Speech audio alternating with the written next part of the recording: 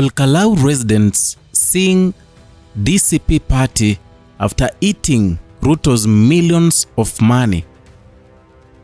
It is quite interesting how things are turning out in Kalou constituency. You know, some people thought that William Ruto will win the Kalou constituency because he has really invested in Kalou. But people were wrong.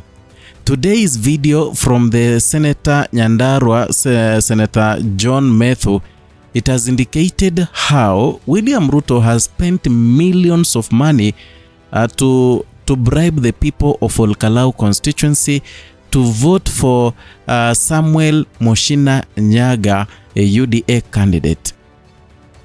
You know, you need to understand that Kalou constituency matters a lot to William Ruto.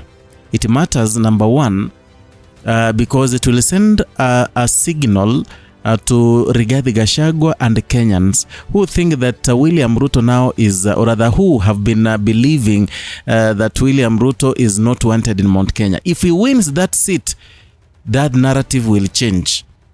Yeah, and perhaps it can change the hearts of many people who will feel like, oh, this man is still loved in Mount Kenya. Reason number two, Kalou is in Nyandarua, and the Mount Kenya votes matter a lot to President William Ruto. So that's why he's working so hard to bribe the people of Kalou, because he has realized, he thought that Mount Kenya at hawezi mkata, he'll use money, he'll buy people. So this one is gonna be a determinant. Now, before I delve further into today's analysis, I want us to look at what the Nyandarua Senator John Methu said. We have been, we are being given everything: mattresses, blankets, shoes. Even our brothers are being given shoes. Yesterday I was being told they were giving in a place called Manyata. They were even giving soap. So we have seen everything.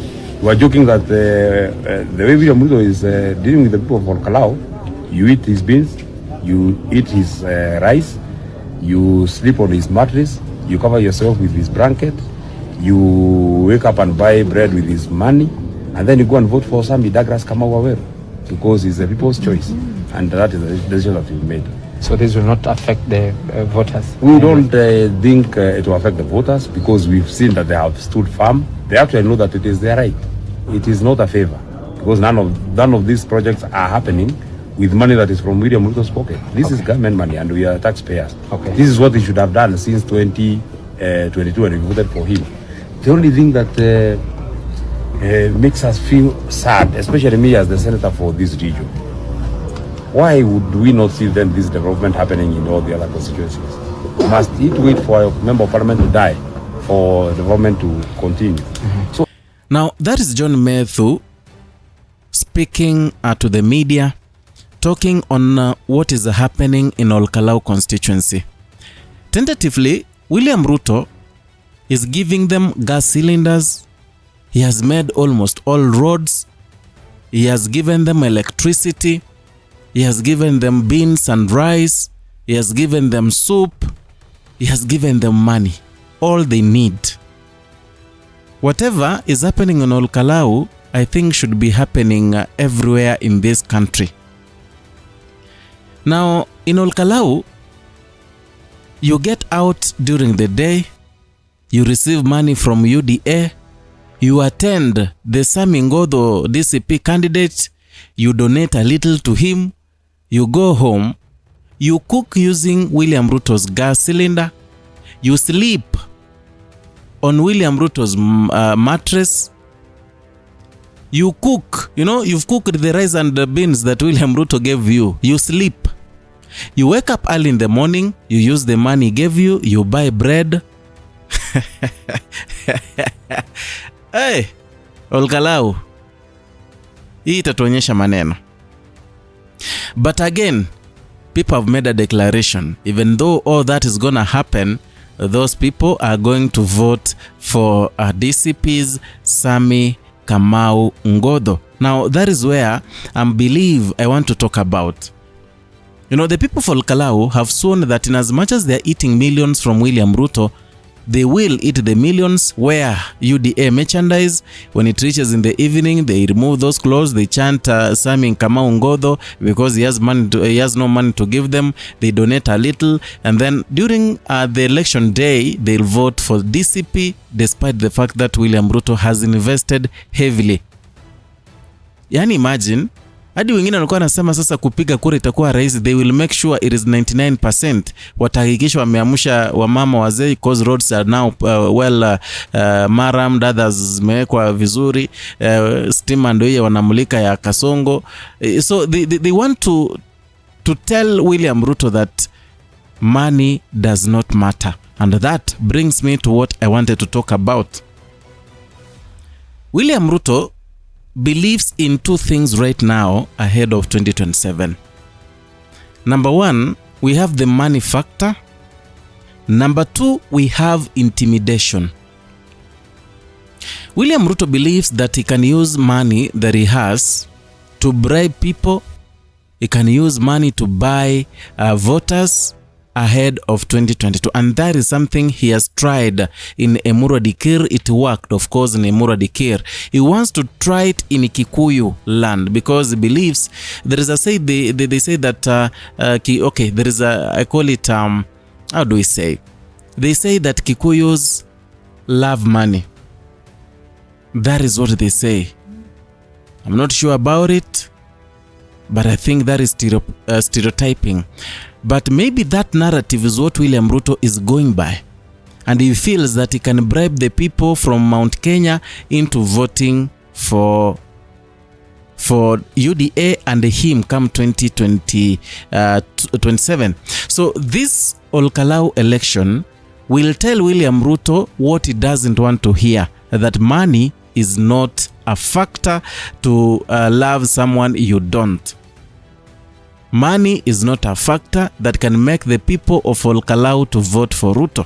That is the bitter truth that William Ruto is going to get. Number two, the strategy that Ruto is also using is intimidation. That is why you see there is a lot of goonism in Kenya lately. And those goons, they work with the police officers.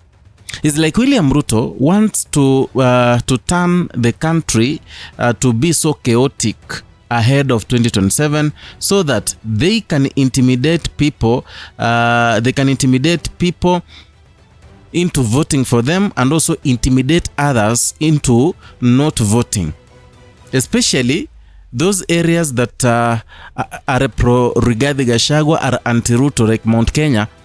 Maybe they'll use a lot of intimidation so that those people may not come out to vote during the election day. But surprisingly, the people of Kenya are ahead of him.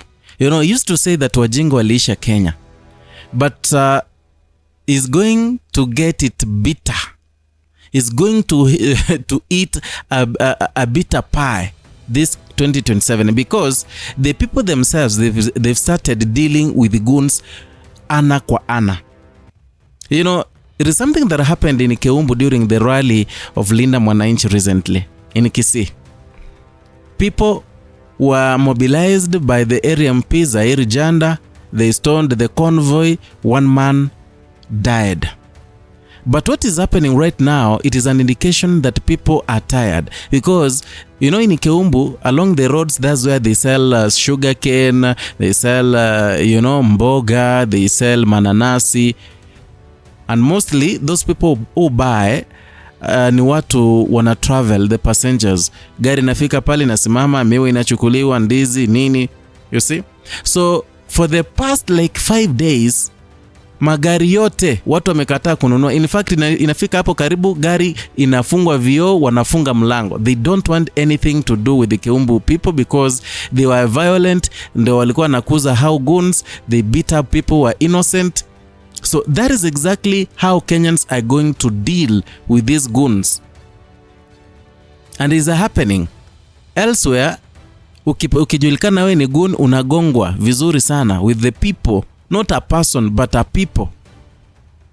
So ahead of 2027, you'll realize that the strategies William Ruto wants to test are failing.